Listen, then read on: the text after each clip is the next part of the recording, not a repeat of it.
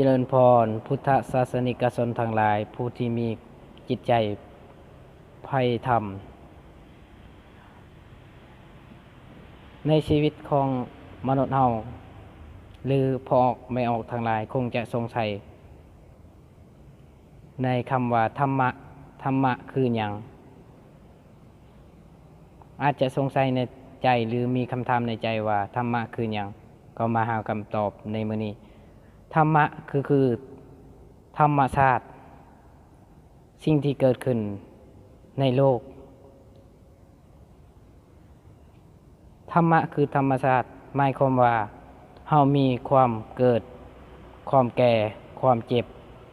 ความตายเป็นธรรมดาเช่นว่าในตอนเช้าเฮาไปเห็นดอกไม้ที่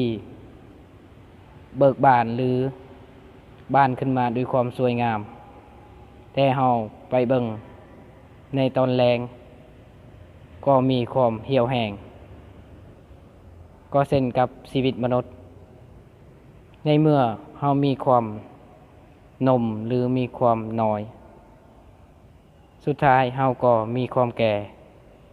และก็ตายไป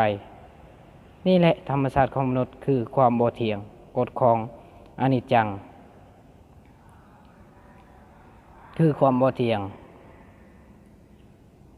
อนิจจังทุกขังอนัตตาบ่เที่ยงบ่แท้และก็บ่แน่นอน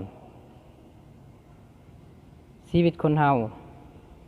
มันก็บ่แน่นอนชีวิตคนเฮาก็ต้องจำเป็นต้องพัดภาคจากสิ่งที่ฮักสิ่งที่พอใจทั้งหลายทั้งปวงบ่ว่าเฮาบ่อยากให้มันเกิดขึ้นก็ตามแต่มันเป็นธรรมชาติของชีวิตและธรรมะคือความจริงความจริงก็คือหมายความว่ามนุษย์ทุกคนเป็นไปตามกรรมหรือว่ากรรมมุนาวัตติโลโกสัตว์โลกยอมเป็นไปตามกรรมนี่แหละคือความจริงของชีวิตเฮาเฮ็ดสิ่งใดเอาไว้บ่ว่าจะเป็นบุญหรือเป็นบาปเฮาจะเป็นทายาทคือได้รับผลของกรรมนั้นคำว่ากรรมคือการกระทำของเฮานี่แหละคือถือว่ากรรมนี่ก็คือความจริงของชีวิตมนุษย์บ่ว่าเฮาจะเฮ็ดดีหรือเฮ็ดชั่วเฮาก็ยอมได้ผลแบบนั้นเปรียบเสมือนเฮาปลูกสิ่งใดเฮาก็ยอมได้สิ่งนั้นสมมติว่าเฮาปลูกมะฮุงเฮาก็ยอมได้มะฮุงเพราะเชื้อสายมันก็คือมะฮุงเฮาสิได้มักซิดาก็บ่มีฉะนั้นบาปบุญก็คือกับการเฮาปลูกนั่นแหละคือการที่เฮาเฮ็ดเมื่อเฮาเฮ็ดดีเฮาก็ยอมได้ดีเฮ็ดชั่วเฮาก็ยอมได้ชั่วนี่แหละธรรมศาสตร์ก็บ่ต่างกันหยัง